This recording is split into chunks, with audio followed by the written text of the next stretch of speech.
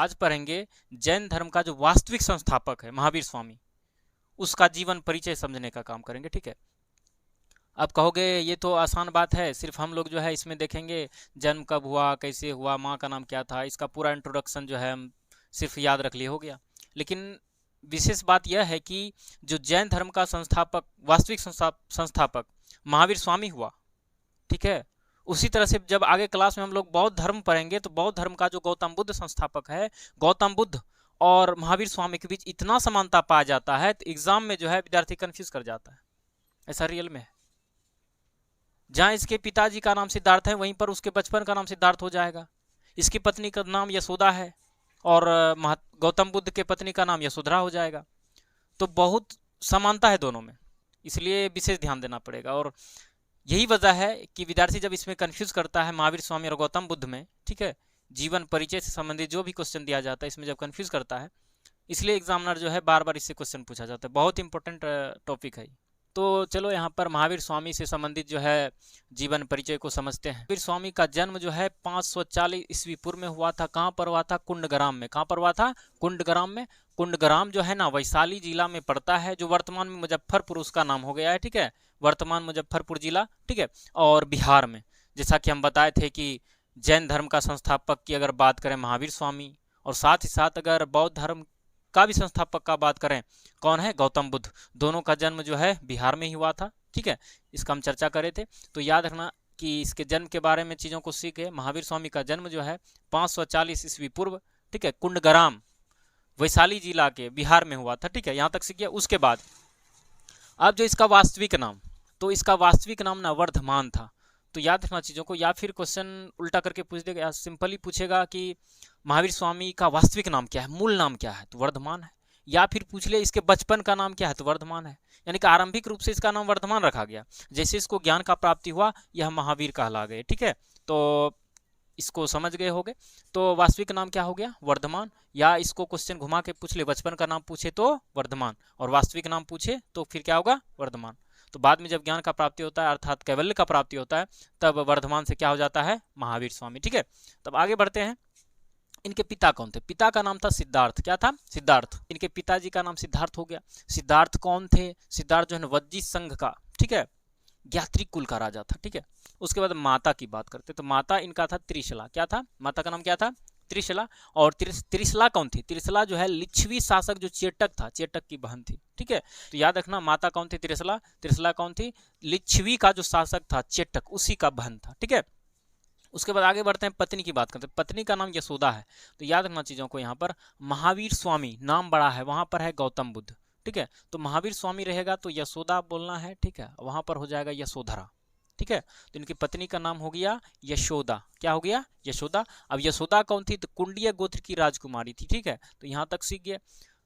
पत्नी भी सीख गए। पत्नी का नाम था यशोदा, और यशोदा जो है कुंडीय गोत्र की राजकुमारी थी। ठीक है, उसके बाद जो है पुत्री, इसको ना एक पुत्री की प्राप्ति हुई थी। पुत्री का नाम था, ठीक है, अनुज्ञा, का अन्य नाम से पुकारा गया है प्रियदर्शना। ठीक है, तो यहाँ पर कभी कभी ऐसे पूरा भी रह जाएगा, इसका नाम भी रखा जाता है कि पुत्री का नाम क्या था, तो अनुज्ञा प्रियदर्शना ऐसे होगा। या फिर ऑप्शन में थोड़ा सा इधर उधर कर दे, क्या करेगा? पूछा जाएगा महावीर स्वामी के पुत्री का नाम क्या था, या फिर अनुज्ञा रहे या फिर अलग से प्रियदर्शना रहे, या कभी कभी होगा दोनों एक साथ आ जाए। ठीक है, ऐसा भी हो सकता है, तो इसमें फंसना नहीं है। उसके बाद इसका जो दामाद था, ठीक है, जमाली था। दैट मीन्स जब पुत्री हुआ, पुत्री का विवाह हुआ किससे? जमाली से। यानी अनुज्ञा का विवाह किससे हुआ? जमाली से। ठीक है, तो यहाँ तक क्लियर।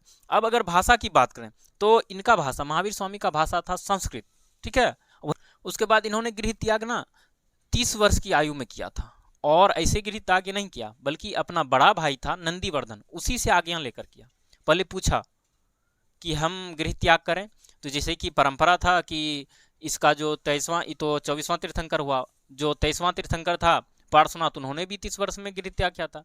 तो उसी तरह से जो है जब 30 वर्ष होने लगे तो फिर जो है इन्होंने अपने बड़े भाई नंदीवर्धन, तो यहाँ से एक क्वेश्चन और सीखे कि अगर क्वेश्चन आ जाए महावीर स्वामी के भाई का नाम क्या था, तो नंदीवर्धन। क्या था? नंदीवर्धन। और नंदीवर्धन से ही आज्ञा लेकर कितने वर्ष की आयु में? 30 वर्ष की आयु में गृह त्याग करता है। तो क्वेश्चन बहुत सारा बना इसमें। तो क्वेश्चन ये बनेगा कि गृह त्याग जो है कितने वर्ष की आयु में किया? 30 वर्ष की आयु में।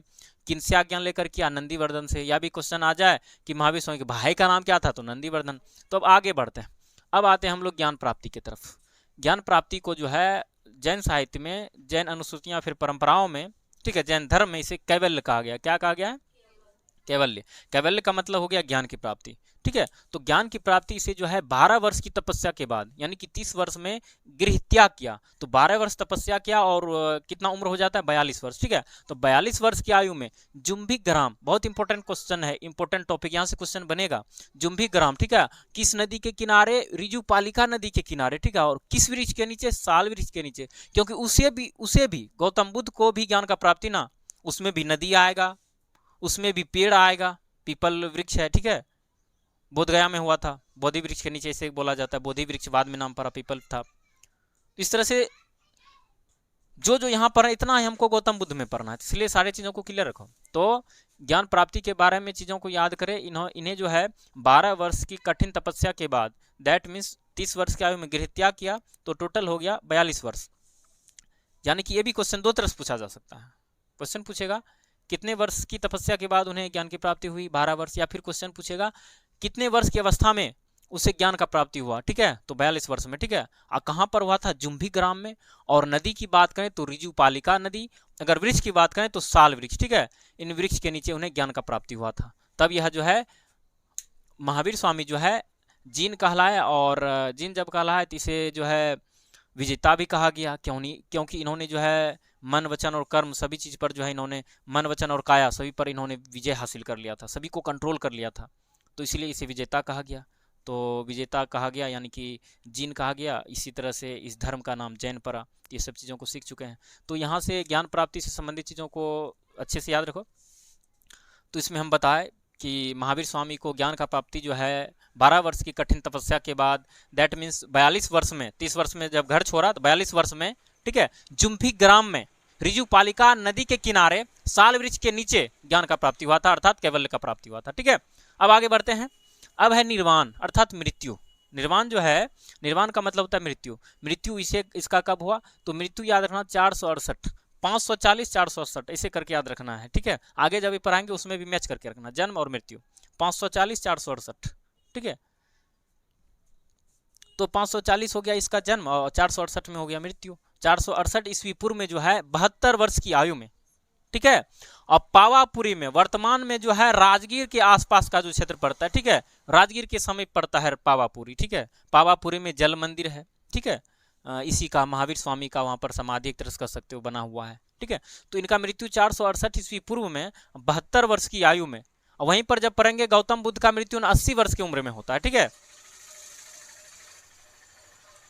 तो इसका मृत्यु कब हो गया? 468 ईस्वी पूर्व में। और कितने वर्ष में? 72 वर्ष में। उसके बाद जो है पावापुरी जो वर्तमान में राजगीर के समय पड़ता है, ठीक है। और कहाँ पर? मल्ल का एक राजा था, मल्ल का जो राजा है सुस्तपाल, उसी के यहाँ इसका निधन हुआ था, इसका मृत्यु हुआ था महावीर स्वामी का, ठीक है। मल्ल का राजा था सुस्तपाल, उसी के यहाँ किसका मृत्यु हुआ था? महावीर स्वामी का।